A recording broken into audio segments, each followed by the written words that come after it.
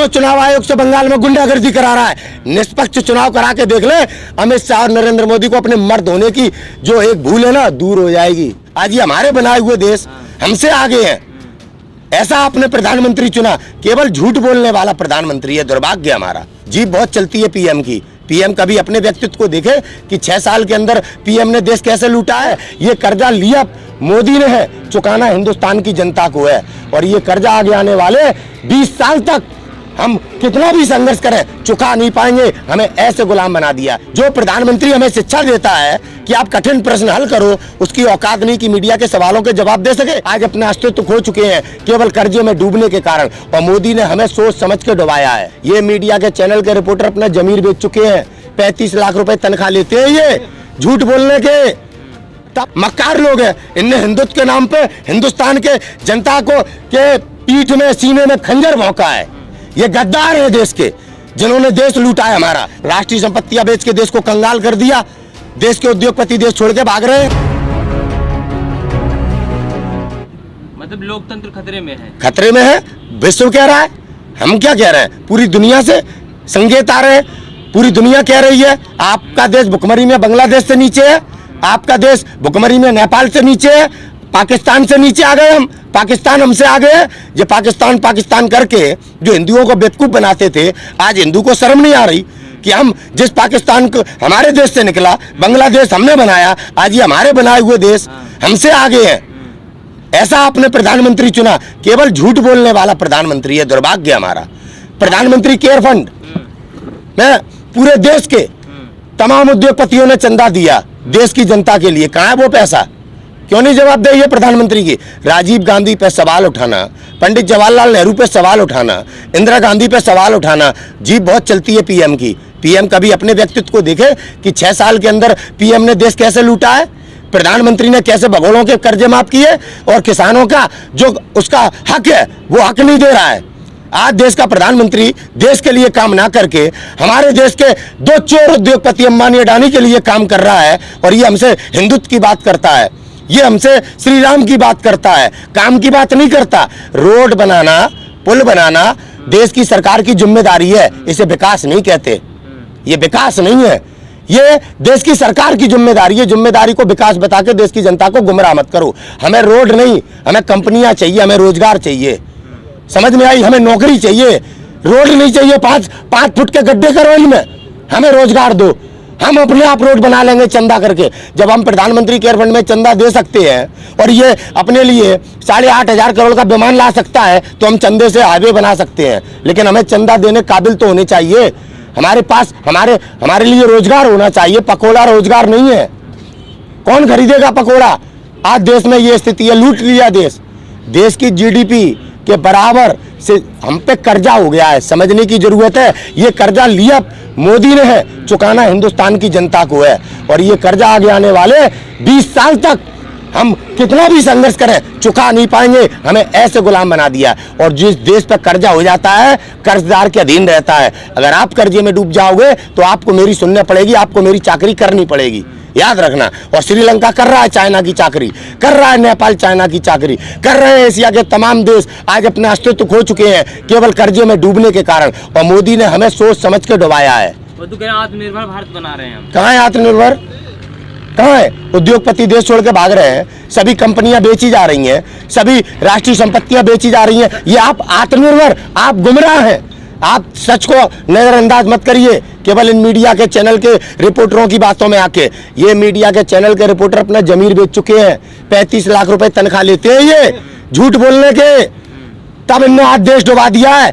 जो प्रधानमंत्री हमें शिक्षा देता है कि आप कठिन प्रश्न हल करो, उसकी औकात नहीं कि मीडिया के सवालों के जवाब दे सके।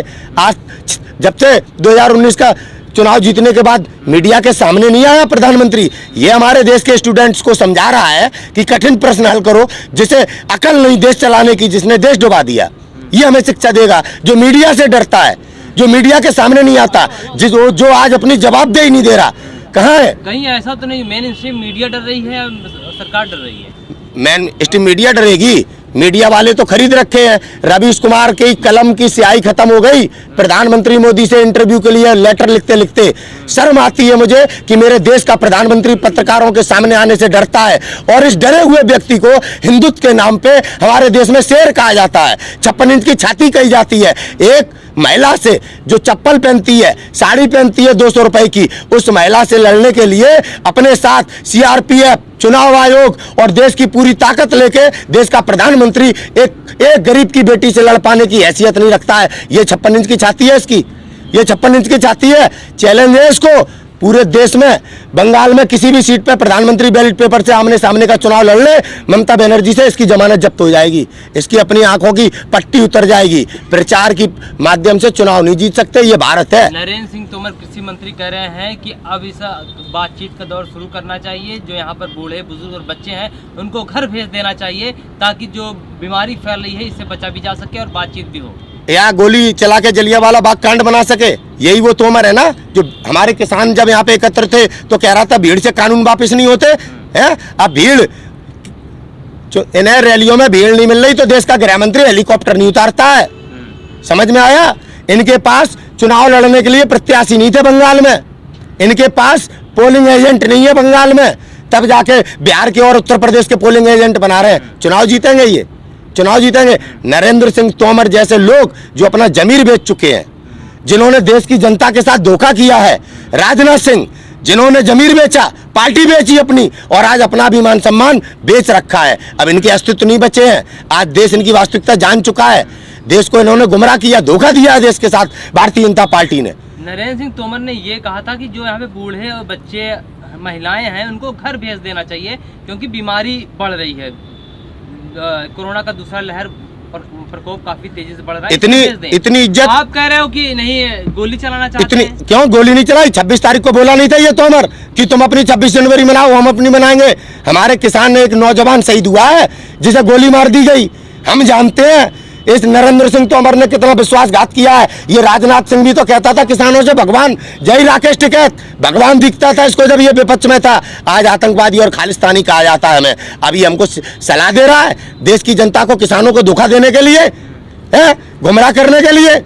आज नौजवान जब रोजगार के लिए दिल्ली के चारों ओर खड़ा होता है, जंतर मंतर पे प्रदर्शन करता है, तो आप लाठी मारते हो, लाठी मारते हो। 2 करोड़ की जबान दी थी आपने कि रोजगार देंगे, और आज उन पर लठ बजा रहे हो, उन्हें टुकड़े टुकड़े गैंग कहते हो आप। तोमर की ये जो बात है, इससे आपको इसमें साजिश नजर आ रही है? बिल्कुल, ये लोग झूठे लोग हैं यार, मक्कार लोग हैं। इनने हिंदुत्व के नाम पे हिंदुस्तान के जनता को के पीठ में, सीने में खंजर भौंका है। ये गद्दार है देश के, जिन्होंने देश लूटा है हमारा। नरेंद्र सिंह तोमर क्या इसका जिम्मेदार नहीं है? आज किसी सांसद की वैल्यू है? इन्होंने अपने आप के जमीर बेच के हमारे लोकतंत्र की ऐसी हत्या की है कि विधानसभा में विधायक पिट रहा है, विधायक पिट रहा है। आज क्या वैल्यू है जनता के प्रतिनिधि की? क्या वैल्यू है आज? आप देखिए अरविंद केजरीवाल से कैसे चुनाव हुआ प्रतिनिधि अरविंद केजरीवाल, अधिकार उसके पास होने चाहिए, राज्यपाल के पास नहीं। राज्यपाल के पास वैसी बहुत पावर है, ये केवल चुने हुए प्रतिनिधि यानी कि जनता के हक मारे जा रहे हैं। समझना पड़ेगा। जो विधायक पीट भी रहा है, पीटने वाले कौन है? कौन है? जो अभी पंजाब में पीटे गए, कह रहे हैं उसको किसानों ने पीटा है। कौन कह रहा है? आप वही चीज मानते हैं ना जो आपका देश का झूठा प्रधानमंत्री कहता है। झूठे की बात पर विश्वास कैसे आपको? मतलब जनता कह रही है, आप उसकी बात नहीं सुन रहे। एक झूठे की बात को देश में महत्व क्यों दिया जा रहा है, जिसका सर्टिफिकेट गूगल पे भी है और जनता जानती है कि ये झूठा है। कहाँ है 2 करोड़ रोजगार? कहाँ है स्मार्ट सिटियां? कहाँ 6 महीने में काला धन वापस ला रहा था? नोटबंदी 8 लाख करोड़ का स्कैम है।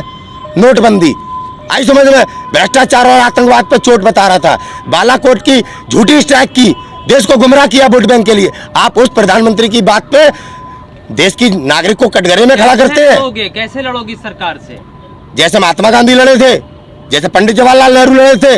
हम लड़ने वाले लोग हैं, लड़ेंगे और अपने देश को इन संगियों से बचाएंगे।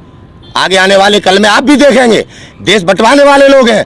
आपने हिंदुत्व के नाम पे, धर्म के नाम पे देश के लुटेरों को सत्ता में बैठाया है। अब इसका आपको अपने आपने भूल की है, हिंदुओं ने भूल की है, कीमत चुकाने पड़ेगी। सर 4.5 महीने तो हो गए आपको यहाँ पर बैठे। 4.5 साल हो जाए, देश का मामला है। अरे जब देश नहीं बचेगा तो कहां से खेत बचेंगे, कहां से हमारे घर बचेंगे, कहां जाएंगे हम लोग? आज तक दूसरे देश के लोग हमारे देश में शरण लेने आते थे।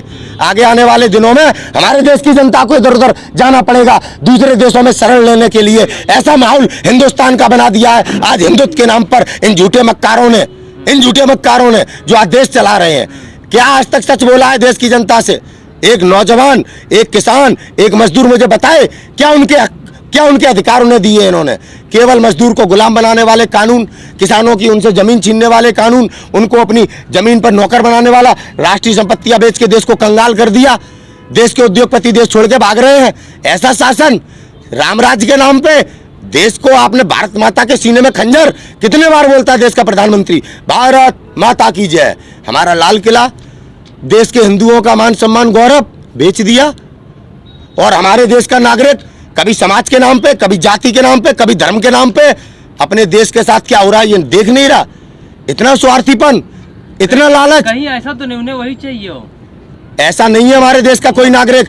कोई, हम जमीन से प्रेम करने वाले लोग हैं, अपनी पूर्वजों की जमीन को संभाल कर रखने वाले लोग हैं।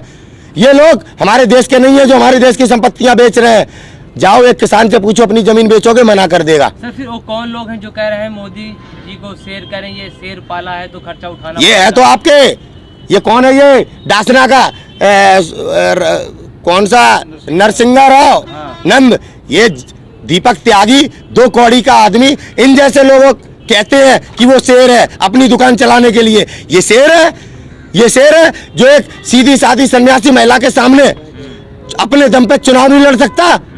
क्यों चुनाव आयोग की मदद ले रहा है? क्यों चुनाव आयोग से बंगाल में गुंडागर्दी करा रहा है? निष्पक्ष चुनाव करा के देख ले, अमित शाह और नरेंद्र मोदी को अपने मर्द होने की जो एक भूल है ना, दूर हो जाएगी।